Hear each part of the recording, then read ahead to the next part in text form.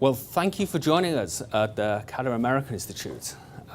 We're an independent non-profit institute to bring together the people of the United States and the people of Qatar to learn about each other's culture, each other's lifestyle, each other's supporting networks, all throughout different themes. And we're so delighted today to talk about fashion. And also we're delighted that it's finally stopped raining. And we know you actually went through a hurricane yesterday, so that's pretty amazing. But I'd like to welcome Sandra Bell Wilkins, who is incredibly famous in Qatar and a real inspiration. She's passionate about designing clothes, fashion, and I hear about music as well. One is more practical, one is more spiritual. But she went to VCU in our next state over in Richmond, and then ended up as an academic and a teacher there, which is so fantastic.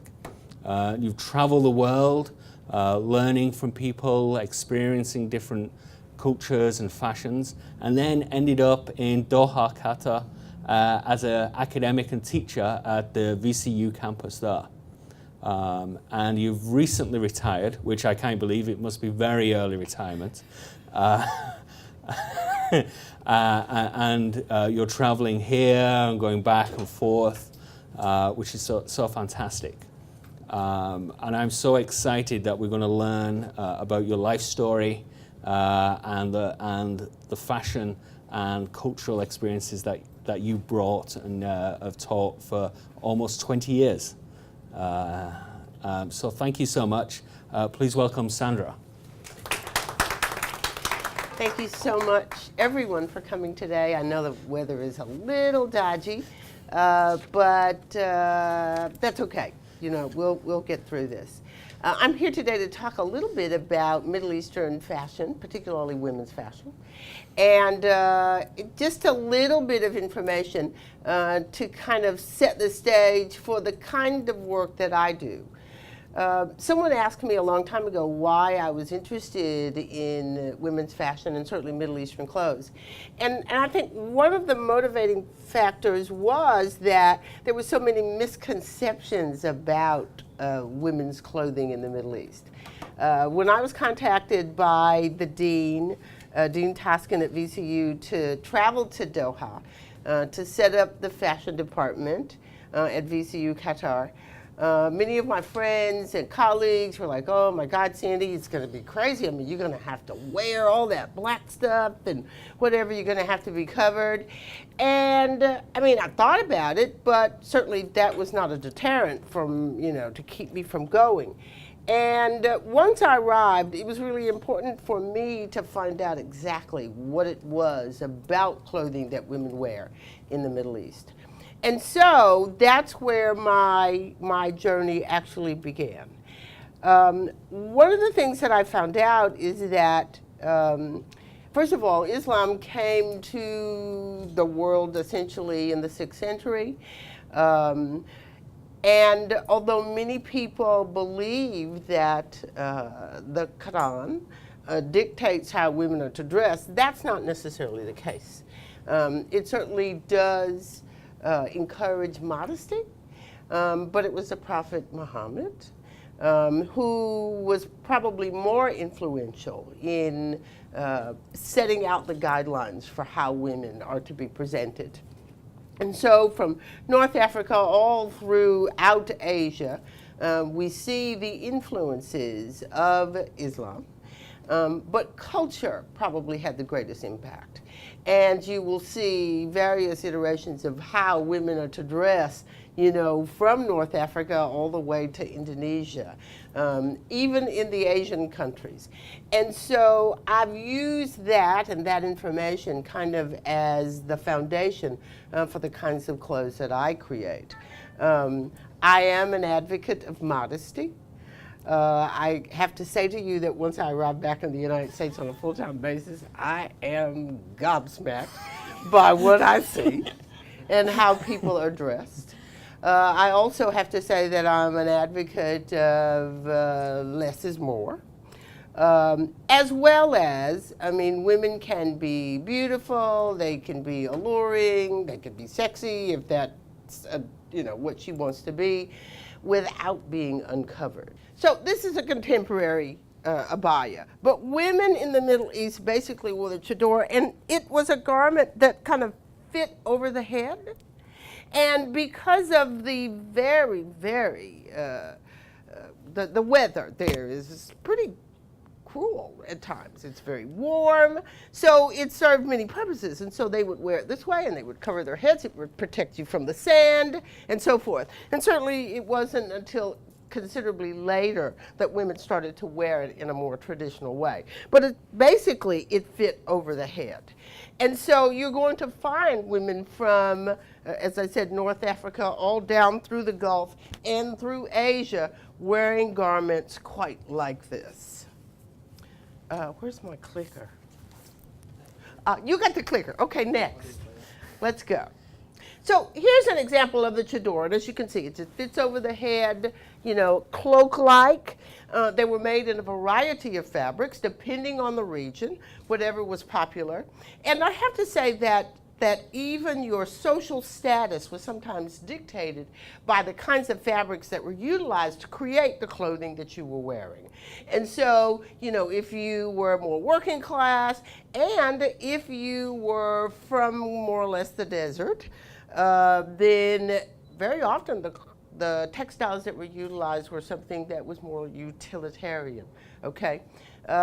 Clothing was important, but it was also very, very important that textiles were utilized in such a way that they could serve multiple purposes. Meaning, I mean, once you wore the garment and you wore it out and you didn't want it anymore, it could be utilized to create something for the household or something else. Next. So, in terms of Arab or Gulf fashion, it was influenced by a lot of other cultures. The Ottomans, historically. Certainly, that's usually considered the Turks. And certainly India.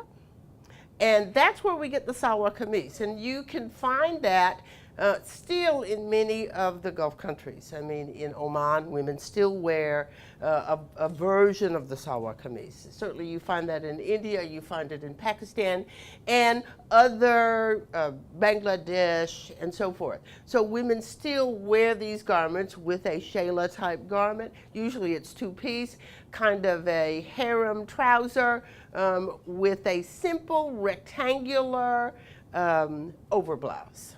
Next. So this is the kind of thing that most people were terrified about when I said I was moving to the Middle East, that I'd have to wear the burqa.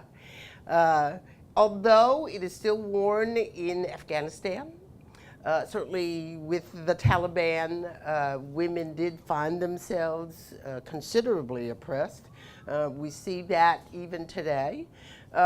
Very often, some of the women in Iran and maybe even Iraq, out of necessity, wear something very similar to this.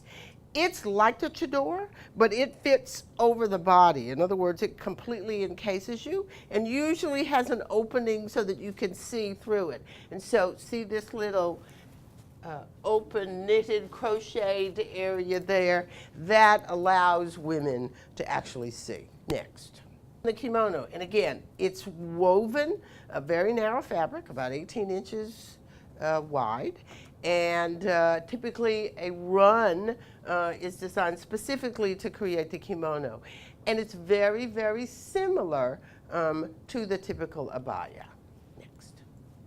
This is another kimono. And as I said, there are a variety of sleeve variations. You get the dolman sleeve, you get the kimono sleeve. You know, the one that reaches the floor, the sleeve that Japanese women wear, typically for women who are unmarried, and most people don't realize that. So you won't find a married woman with a long kimono-like sleeve. Next. The hanfu is Chinese. And so here again, very rectangular garment. In this case, it's belted, but it's a rectangular garment, and for the same reason, no matter what your social status, they were always conscious of how they utilize textiles. And so that they can be utilized again. They can be transformative. Next. And the hanbok, which is Korean. Very, very similar. This one has an emphasis underneath the bust line, or it has a small little jacket that goes over that again has kimono sleeves. And so these are very, very similar all throughout Asia. So we're talking about most of the countries that are in the Gulf as well as in Asia. The niqab is more of a head covering rather than a garment itself. And it basically gives a woman a sense of privacy, so to speak. It is worn and tied onto the face, and typically worn with an abaya. Again, this is cultural, not necessarily something that's dictated by the religion itself. And this is the abaya. And the abaya has become kind of the uniform of women of the Gulf and throughout the Arab world. It served as the #1 inspiration for the garments that I created. And despite what people think, women that live in the Gulf, they embrace this garment because it gives them a tremendous amount of freedom. It's like wearing a uniform. You don't have to worry about what you're going to be wearing today when you go to work. I mean, I have to say to you that many of my students, they get up, they're beautifully coiffed. They have this makeup that's flawless, the most amazing Christian Louboutin heels, and a fabulous handbag, and underneath they're wearing pajamas. That's one of the things that the abaya gives you an opportunity to do. So after visiting many of these countries, and I will say I did have an opportunity to travel all over the Middle East, and I was intrigued by the similarities of what women were wearing. When I traveled to India, despite the fact that women were, wearing, 5 to 7 meters of fabric that was wrapped and tied around them, for the same reasons, to conserve the textiles themselves. Very often women that were Muslim were also wearing garments that were similar to the abaya. And so I thought it's important to create something artistically that women can wear that serves a dual purpose. So all of the kabayats that I've made are reversible. And I have to say to you that I use the textiles themselves, because remember, the textiles are very important, as an inspiration to the final design of the garments. So I'm going to talk a little bit about them individually. So the first one, I have a very loud voice, so, having been a teacher all of these years. So I found this piece of textiles, and it reminded me of the kaftan and the abaya. There was less than 1 meter of it, and so in order to make a full-length garment, it meant that I had to be pretty creative with the textiles. And so as you can see, I used it for the back of the abaya, but the front is quite different. So let me put it on. And so using the pattern that's on the front, I actually painted it onto the back. And totally reversible. Totally different garment. Always pockets. Women love pockets, I'm just saying, okay? I mean, in terms of design, it just doesn't work if it doesn't have pockets. So we have pockets on both sides. Another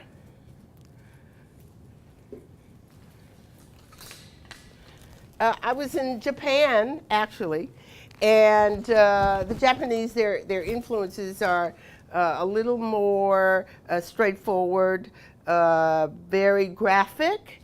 And so I found this piece of Mermeco fabric. And so I thought, so how am I going to incorporate that into the Abaya. And so I decided that I would recreate the pattern with large paillettes. And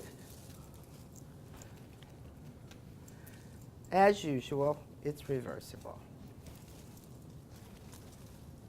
Okay, I'm getting tied up here.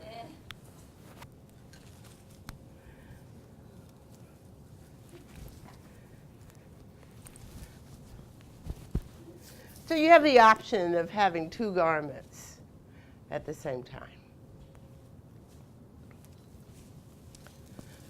Okay.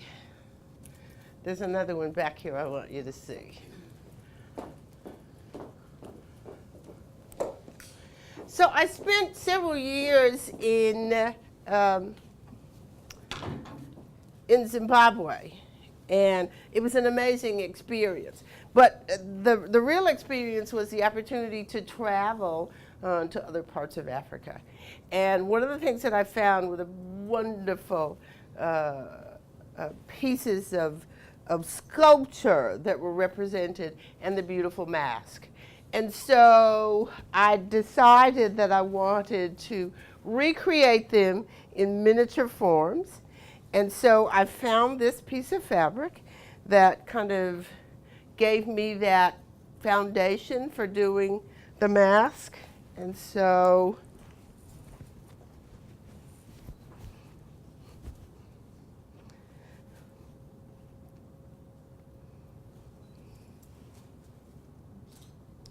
and I have to tell you that each one of these are hand embroidered. So I will also say to you that some of these kabayats take sometimes 6 months to complete. This one took me over a year. So you might want to take the opportunity to take a closer look so that you can see the amount of work that went into it. And again, it's reversible.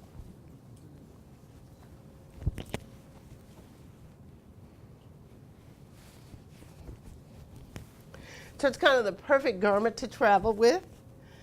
This is for daytime, and this is for evening. As I said, textiles are always an inspiration for me. And so I found this sari in India. And you know, for those of you who don't know about saris, they're usually one continuous piece of fabric that's usually about 5.5 to 7 meters long. And, you know, gets wrapped around the body, you know, in a very, very precise way. And what I found with this one, it was like one solid piece of kind of copper-colored silk. And at the end was this. And so I thought, well, this would make a wonderful shayla. So I cut this off and used the rest of it to create the lining of the kibayat. But what I also noticed is that the textile itself, the way it was woven, it looked like a skyline. And so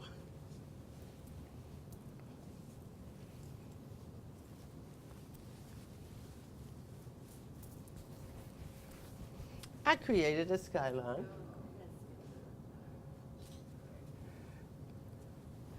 And of course, the sun as well as the moon.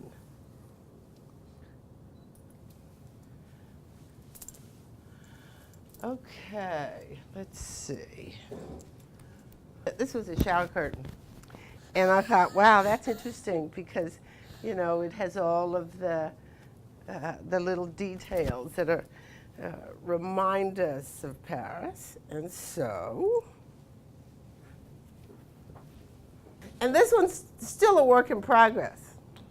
So I brought it along so you could see. I'm embroidering it and putting some other details on it. But it's still got basting stitches and things like that. So. eventually I will embroider something from the face of the fabric onto the piece itself. And finally,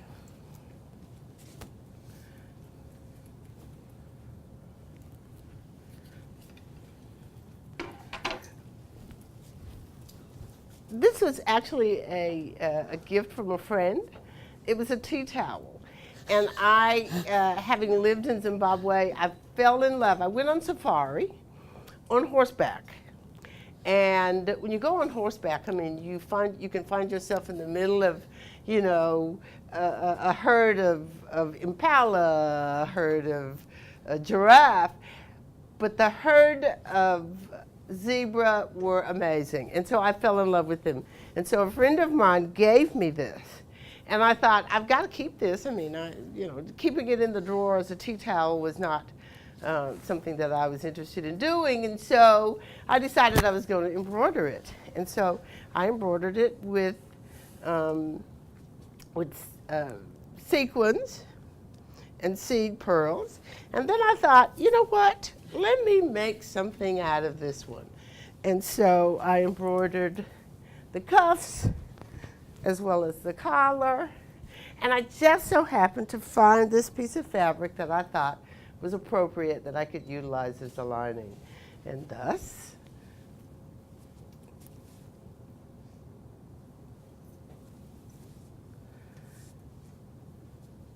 so this is my artistic journey. As I said, it's it shows my appreciation for the abaya, for the sense of modesty that I personally believe in, because we can be fashionable, we can be artistic, and still be covered.